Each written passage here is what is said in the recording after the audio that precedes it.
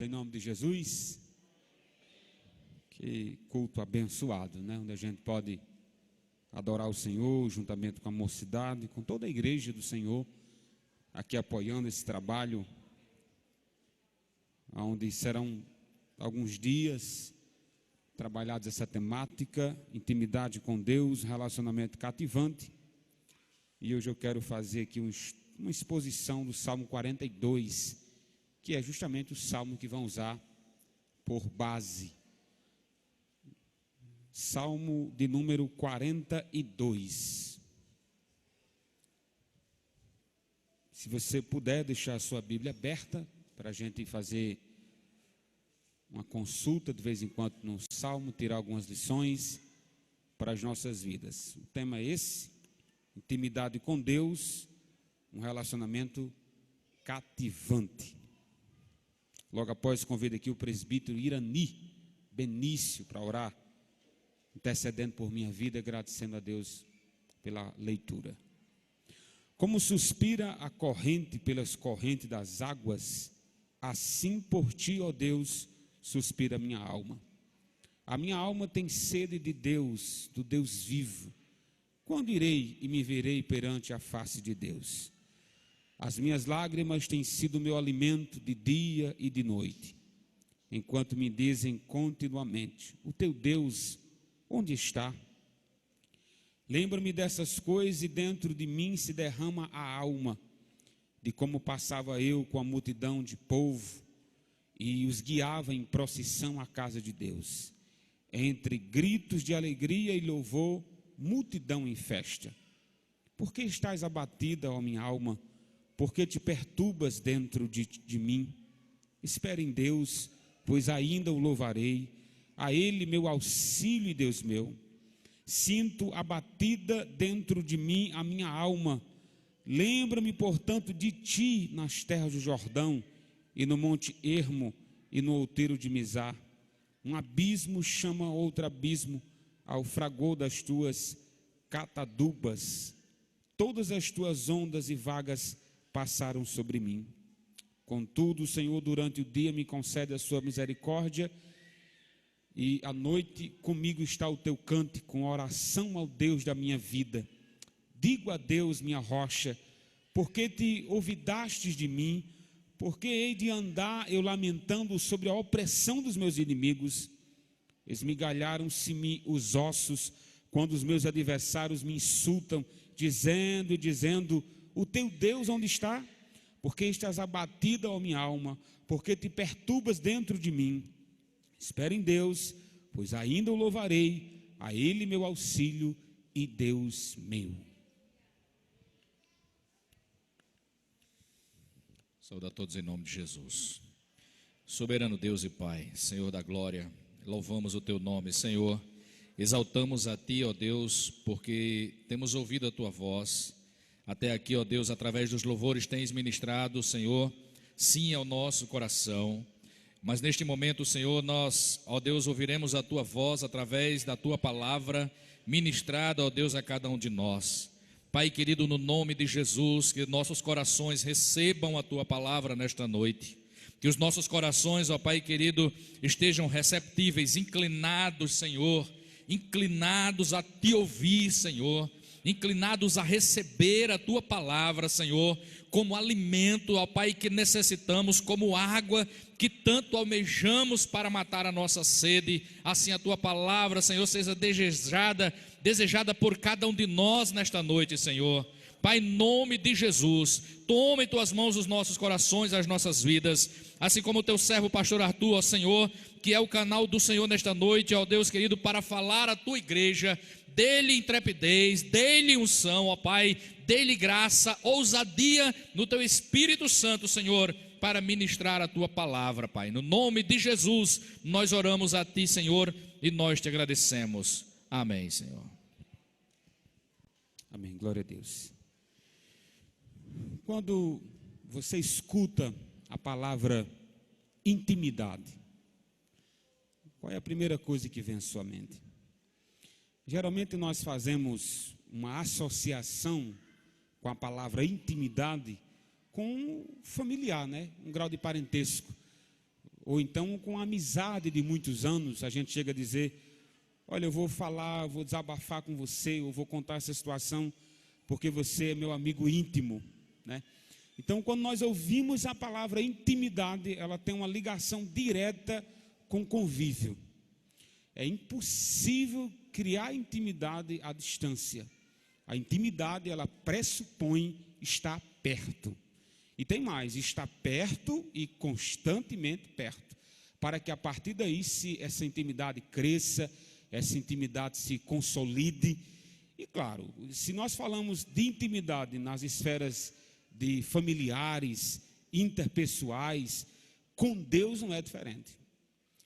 Eu posso falar sobre intimidade aqui, os outros que virão também falarão sobre intimidade, de acordo com a temática que foram dado a cada um deles. Mas independente do que se trate, intimidade não se domina a teoria da intimidade, se vive intimidade. Talvez você sabe o conceito, você sabe muito bem o grau de intimidade com sua família, com seus amigos, mas esse é um assunto muito parecido com oração. É um assunto muito parecido com obediência. Se vive, se ora, tá bom?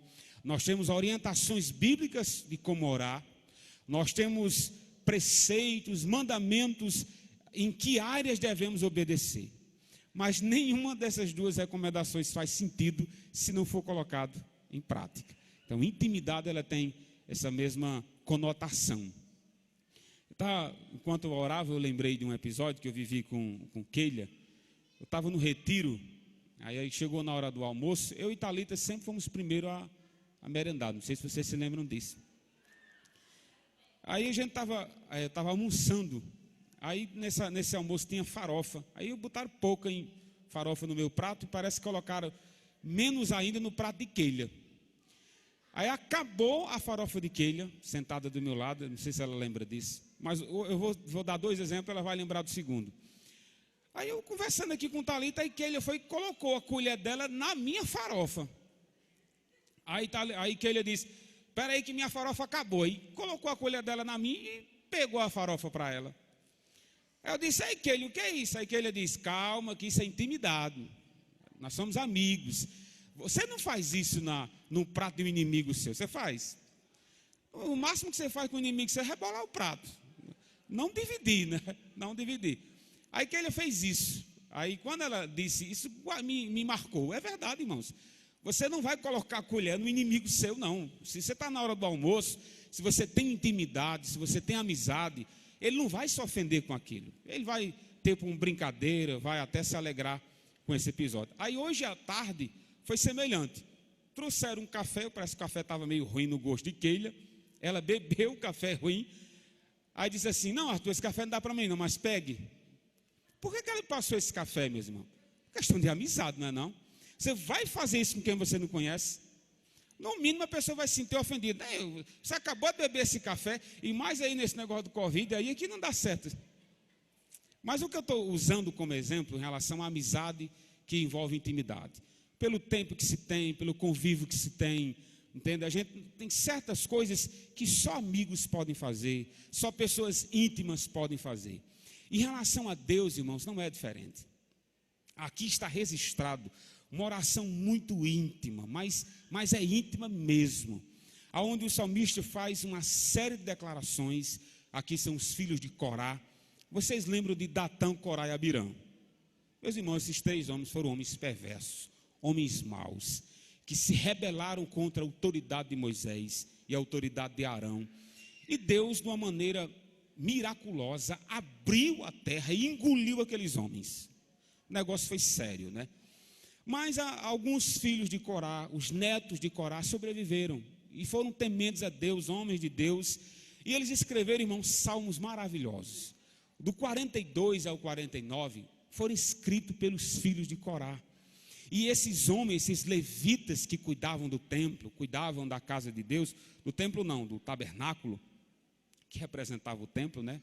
Eles entendiam com perfeição, irmãos, o que era intimidade com Deus, estar perto de Deus, e quando se ausentava da presença de Deus, eles sofriam muito. Esse salmo aqui, 42, é um salmo de lamentação. Ele ora, ele reclama, ele pede a ajuda de Deus, ele apresenta os seus sentimentos mais profundos. E eu quero compartilhar com vocês essas declarações e fazer algumas aplicações para as nossas vidas à luz desse salmo.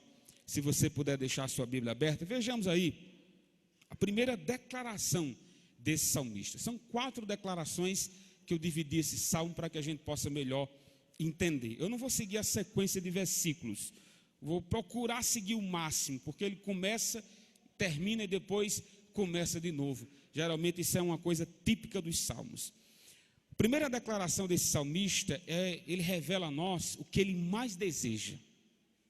Está aí no versículo 1 e 2, vamos ler novamente. Ele diz assim: como suspira a coça pelas correntes das águas, assim por ti, ó Deus, suspira a minha alma. Observe que a primeira expressão que ele usa é suspiro, respiração, anelo. Ele vai dizer a mesma coisa, mas de forma diferente. Como é que ele vai dizer no versículo 2? Ele diz: a minha alma tem sede de Deus. Ele diz, do Deus vivo. Agora ele vai fazer a seguinte pergunta: quando irei e me verei perante a face de Deus? Ele via Deus, o seu Deus, como ele disse, bem claro, o Deus vivo que ele servia, como os bens maiores de qualquer ser vivo: respiração e água. Ele diz: olha, eu preciso de Deus, eu anseio por Deus, a minha alma tem sede de Deus, a minha alma, ela precisa, todos os dias, constantemente, incondicionalmente, eu preciso da presença de Deus. E ele diz isso, irmãos, com todas as letras. E ele parece que tenta explicar para os seus futuros leitores como era esse sentimento, qual era essa sensação. Aí ele usa um exemplo que todos conheciam na época. Hoje a maioria de nós não sabe nem o que é uma coça, mas a coça é o feminino do veado, né? O veado é o macho e coça é a fêmea do veado. E geralmente se via os veados, se via as coças sedentas por água. Eram animais, irmãos, eram animais de caça. Então a espreita desse tipo de animais era onde? Era no bebedouro. Os homens colocavam em volta das águas que eles iam beber, local estratégico, fazia tocaias, e ficava lá com a sua flecha esperando a coça vir beber água para matá-la. E a coça sabia disso, mas a necessidade de beber água não dá para negociar. Não, o mês que vem eu bebo, não dá. Ela sabia o risco que estava correndo, ela sabia que podia morrer, e ela corria a toda força, a toda pressa, e conseguia beber água entre um tiro e outro, se livrando, quando senão morria. O salmista está dizendo que a sede que ele tem por Deus é do mesmo jeito. Ele disse: mesmo que a minha vida corra riscos, mesmo que a situação não seja fácil de matar a sede, eu preciso matar minha sede de Deus, eu preciso estar no centro da vontade de Deus, eu preciso crescer a minha intimidade com Deus, eu preciso de Deus como necessito de água. Quer dizer, isso é um reconhecimento extraordinário, né? Não dá para negociar. A coça dá para negociar a sede que tem? Não dá. Então, do mesmo jeito que ela precisa e morre se não tiver água, ele está exclamando, dizendo: se eu não tiver Deus, se eu não tiver na presença de Deus, se eu não buscar a Deus, eu morro. Eu morro. É o mesmo grau de dependência, é o mesmo grau de necessidade eu e você devemos ter em relação a Deus. Eu preciso de Deus assim como necessito de água. Então ele faz essa declaração, é a primeira. A segunda declaração, ele estava, meus irmãos, impedido de buscar a Deus. Semelhante à coça, né? Ele vai dizer o motivo lá no versículo 9. Abra comigo aí, deixa sua Bíbliazinha aberta. Ele vai dizer por que ele estava com tanta sede da casa de Deus, com tanta sede da presença de Deus, que ele não matava logo essa sede.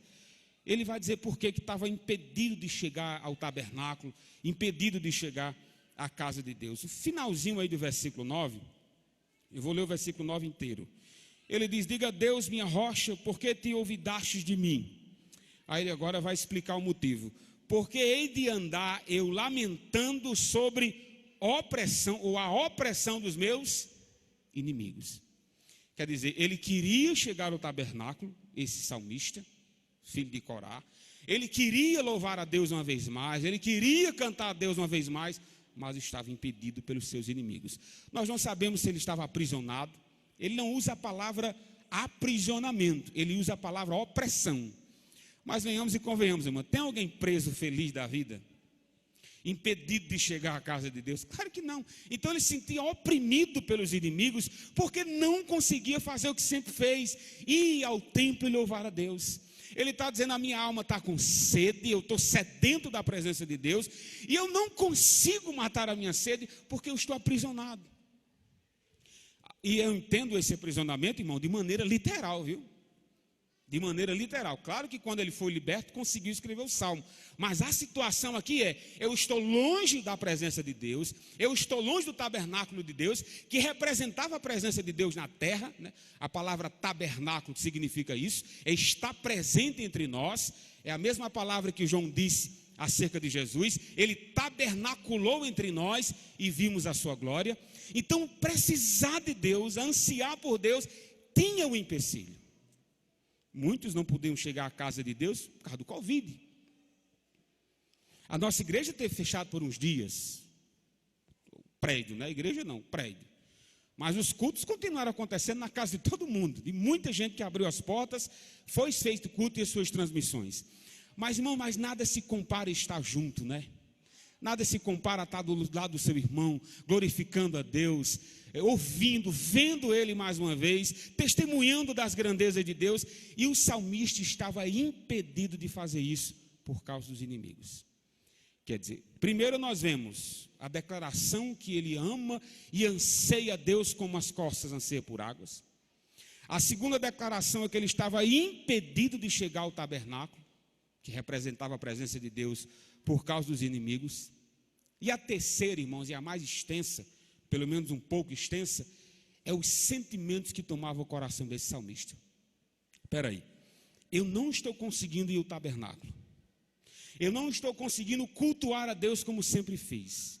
Aí agora ele vai, literalmente não, de maneira metafórica, rasgar o coração. Por que ele faz isso, irmão? Rasgar o coração de maneira metafórica. Porque, meus irmãos, só você e Deus sabe o que é não sentir a presença de Deus. Só um crente genuíno sabe do que é afastar-se do culto por algum tempo. Se você ama a presença de Deus, se você ama cultuar a Deus e é impedido disso, meu amigo, é um sentimento, é um desespero mais medonho do mundo. E aqui ele vai abrir o coração. Ele compartilha conosco vários sentimentos, vários temores.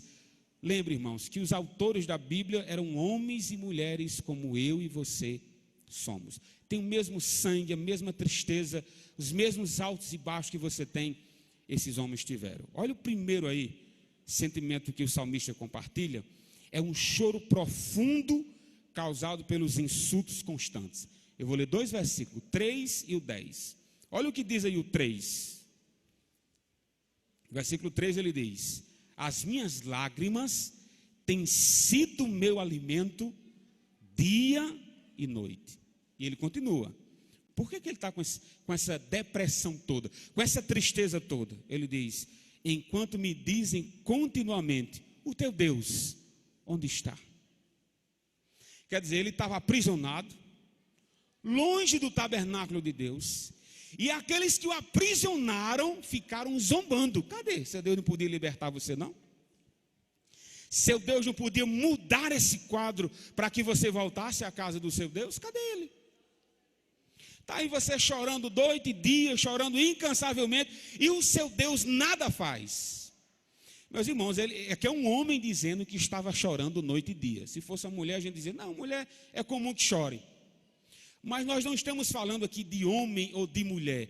Nós estamos falando dos filhos e das filhas de Deus. Quando são impedidas de buscar mais a Deus, quando são impedidas de estar na comunhão da casa de Deus, o que eles sentem? E o que eles sentem é tristeza profunda.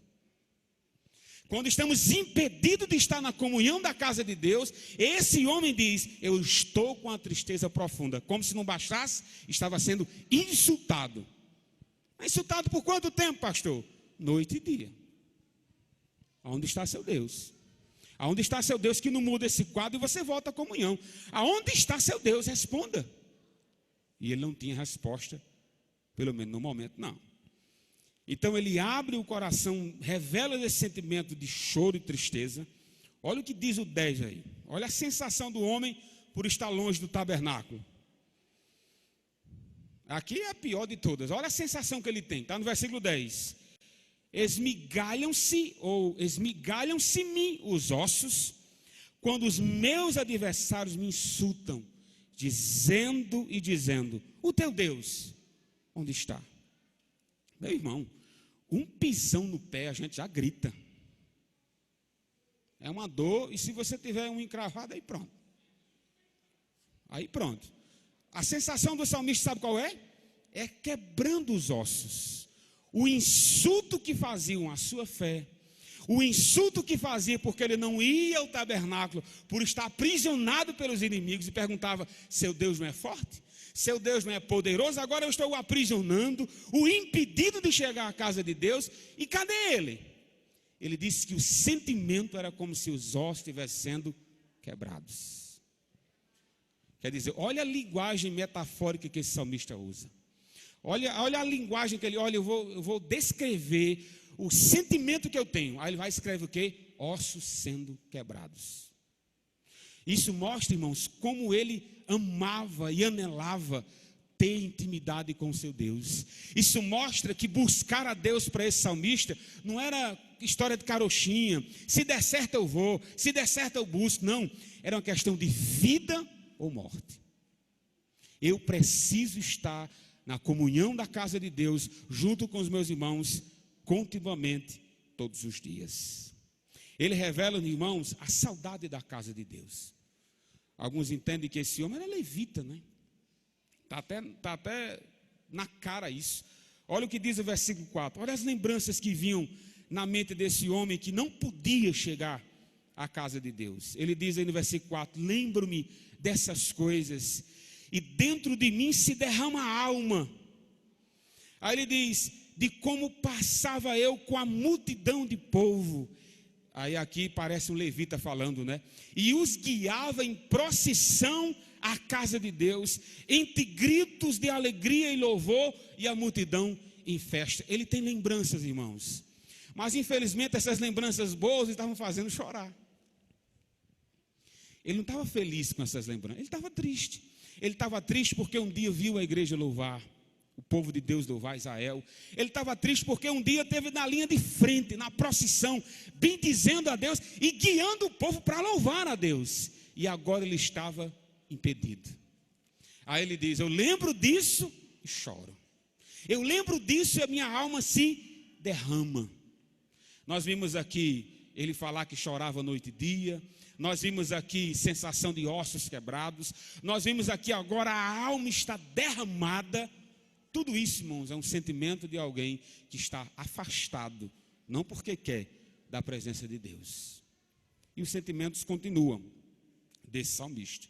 Versículo 5, pelo menos no início do versículo 5, ele fala de duas palavras que a gente conhece muito bem: abatimento e perturbação. Olha o que diz o versículo 5, são iguais, eu vou ser lá o 5, vou ler apenas o 5. Ele pergunta a si mesmo, por que estás abatida, ó minha alma? Por que te perturbas dentro de mim? Ele pergunta no 5 e pergunta no 11, é o mesmo versículo, o 5 e o 11 repetem a mesma sentença. Aí duas palavras que ele destaca aqui, ele destaca a palavra abatida e destaca a palavra perturbado. Ele está perguntando isso para quem, irmãos? Para ele mesmo. Mas ele sabe qual é a resposta. Ele sabe por que a alma dele está abatida. Ele sabe por que a alma dele está perturbada. Porque um dia ele esteve na comunhão da casa de Deus. Ele esteve na linha de frente na casa de Deus. E agora estava impedido. Quer dizer, o abatimento que ele sentiu foi porque não estava usufruindo do que um dia teve. Aí vem a pergunta, irmãos, para nós. Você fica triste, irmão, quando não pode vir à casa de Deus? Há uma tristeza, pelo menos próxima desse salmista, em nossos corações, em não poder louvar a Deus em comunidade. O salmista está dizendo: eu lembro da intimidade que eu tinha com meu Deus e da alegria que eu compartilhava com os meus irmãos, mas agora eu estou impedido. Eu estou impedido disso. Aí ele diz: a minha alma se abate. Irmãos, nós não estamos falando de perca de bens. Nós não estamos falando de perca de bens materiais, nem muito menos percas físicas, quanto ao parentesco, que alguém venha morrer. Ele está triste e abatido porque não podia estar na casa de Deus. Ele diz assim: olha, a minha agenda era estar na casa de Deus. A minha agenda era fazer a vontade de Deus, era cantar para Deus, aproveitar ao máximo a comunhão dos irmãos. Mas eu estou triste, eu estou abatido, eu estou perturbado. A palavra que ele usa aqui: perturbas a minha alma, porque não podia chegar na casa de Deus. Quantos sentimentos, né? Ele continua dizendo, para mim esse é o sentimento mais forte, versículos 6 e 7, ele tem uma sensação de afogamento por estar longe da casa de Deus. Olha o que diz o versículo 6 e 7. Ele diz assim, repete, né? Sinto abatida dentro de mim a minha alma. Lembro, portanto, de ti nas terras do Jordão, aonde nasce o Rio Jordão, né? No Monte Hermon. Algumas têm acento, outros não. A minha não tem, viu? Pode ler Hermon ou Hermo. E no outeiro de Mizar. Aí versículo 7. Um abismo chama outro abismo. Ao fragor das tuas cadadubas. Algumas traduções é bem melhores que essa minha aqui. É a da Nova Almeida atualizada. Eu vou ler para vocês. Versículo 7. Um abismo chama outro abismo. Ao ruído das tuas cachoeiras, todas as tuas ondas e vagas passaram sobre mim. A cena é essa. Deu início ao Rio Jordão, aumentou-se as chuvas, a correnteza ela aumenta. É natural que uma correnteza crie abismo. E quando ele cria um, cria dois. Um abismo chama outro abismo. E a sensação que ele está, é que ele está na linha de frente dessa correnteza que vem. E essa correnteza ele compara à ausência da presença de Deus. E ele diz que essa correnteza vem e o afoga. Ele diz: essa é a sensação que eu tenho. Eu estou longe da casa de Deus, eu estou longe dos meus irmãos e sinto como se estivesse sendo afogado. Ele diz: as ondas, no finalzinho do 7, ele diz: porque as tuas ondas e vagas passam sobre mim. Essa é a sensação do salmista. Eu quero ter intimidade com Deus, eu quero voltar à comunhão que um dia tive, eu quero aprofundar-me mais na presença de Deus, mas eu estou impedido. Impedido. E o último sentimento do salmista, está aí no versículo, para mim é o pior, pastor, é o pior, é o versículo 9. Olha que sentimento. Ele diz aí, versículo 9, pelo menos no início: digo a Deus minha rocha, porque te ouvidastes de mim. Irmãos, o que é ouvidastes? A sua tradução talvez seja melhor que a minha. Se afastaste, né?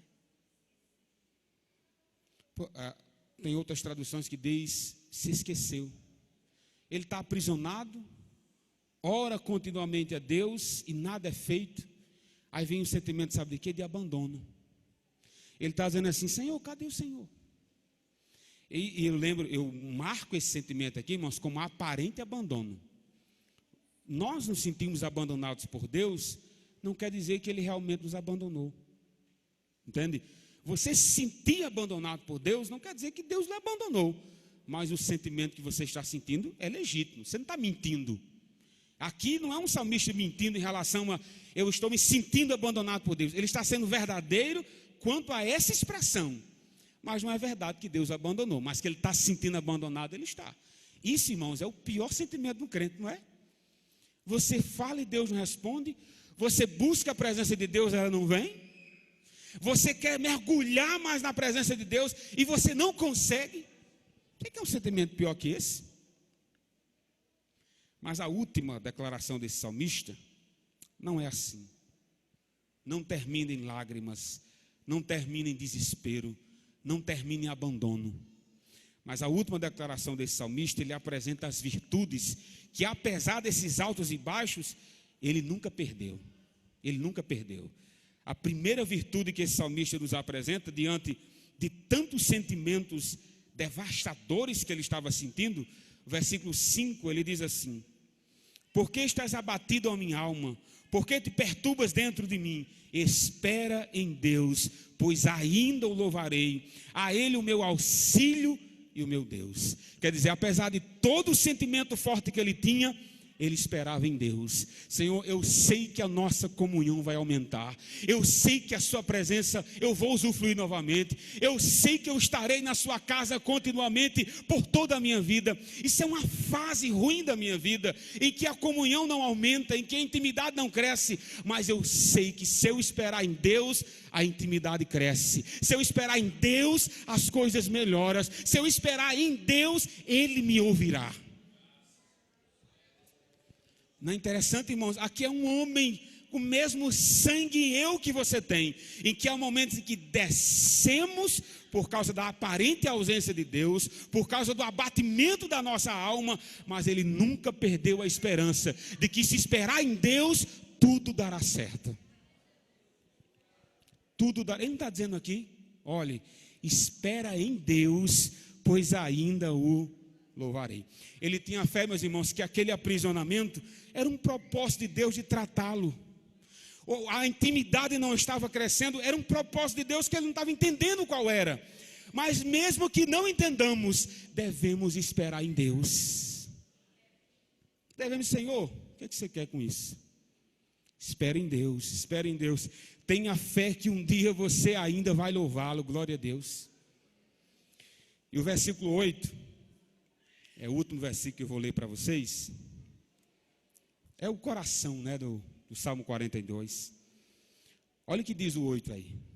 O 8 diz assim, ele diz 3 verdades. Contudo, o Senhor durante o dia me concede a sua misericórdia. Ele sabia, meus irmãos, que ele não merecia a presença de Deus. Mas quando Deus concedia a sua misericórdia, o visitava com a sua presença, glória a Deus. Ele está dizendo assim, olha, do Senhor vem a sua misericórdia. Eu mereço ser punido por Deus, por causa dos meus pecados, por causa do meu afastamento, da minha frieza, mas Deus é misericordioso. Ele começa dizendo, eu vou esperar em Deus, pois ainda vou louvar. E agora ele diz, eu espero em Deus, porque Ele é misericordioso, glória a Deus. Deus é misericordioso. Deus não joga em nossa cara os nossos erros. Sempre que nós errarmos com alguém, talvez você faça isso, mas Deus não faz isso com você. Sempre que você quiser quebrantar-se, sempre que você quiser se humilhar na presença de Deus, a sua misericórdia está a nos aguardar. Os seus braços continuam abertos, a sua presença está à disposição. E o salmista sabia disso. Ele diz assim, de dia Deus era misericordioso com ele, e de noite ele diz, à noite comigo está o seu cântico. Irmãos, ele não podia estar na casa de Deus, mas ele ainda tinha fôlego. Talvez você não possa mais fazer o que você sempre fez. O seu pique é outro, sua resistência é outra, a sua idade é outra, suas responsabilidades são outras. Agora você é mãe, agora você é pai, agora você é avô. Mas isso, apesar das suas limitações, Deus sempre lhe dará motivos para louvar. Você sempre poderá louvar o seu Deus. Você sempre poderá adorar o seu Deus. Mesmo velho, mesmo criança, mesmo jovem, mesmo atarefado. Ele diz, de dia tinha misericórdia, e de noite Deus me dava louvores. Deus me dava louvores para bendizer o nome dEle, para adorar Ele. Nunca nos faltará motivos para dizer, bendito seja o nome do Senhor, glorificado seja o nome do Senhor. Nunca faltará motivos para celebrarmos a Ele. Nunca nos faltará. E a última parte do versículo, ele diz, uma oração ao Deus da minha vida. Tem misericórdia, tem louvor e nunca deve faltar oração. Talvez você não cresceu a sua intimidade com Deus, porque você perdeu o endereço, meu filho. Você não sabe mais onde fica. O salmista lembra, está na oração. Está na oração. Aquele que pede, recebe. Aquele que bate, se abre. E aquele que busca, encontra. Deus estava dizendo àquele salmista, eu estou no mesmo lugar de sempre. Quem mudou de lugar foi você. Então, se voltarmos para Deus com nossos corações quebrantados, a nossa intimidade crescerá, glória a Deus. Apesar desse salmista estar tão arrasado aqui, mas ele nunca perdeu sua fé em orar a Deus, em cantar a Deus e buscar o Senhor. A pergunta é se você perdeu essa fé. É se você acha que o maior tempo de intimidade com Deus está no seu passado. Está no seu passado se você quiser, porque Deus é o mesmo ontem, hoje e será para sempre. Deus está mesmo à disposição quando você era jovem. Deus está mesmo à disposição quando você era solteira. Deus está mesmo à disposição. A questão é se eu quero buscá-lo. E o salmista diz: eu vou buscar a Deus. Eu vou buscar a Deus. Espera em Deus, pois ainda o louvarei. Eu agradeço a Deus a oportunidade, em nome de Jesus.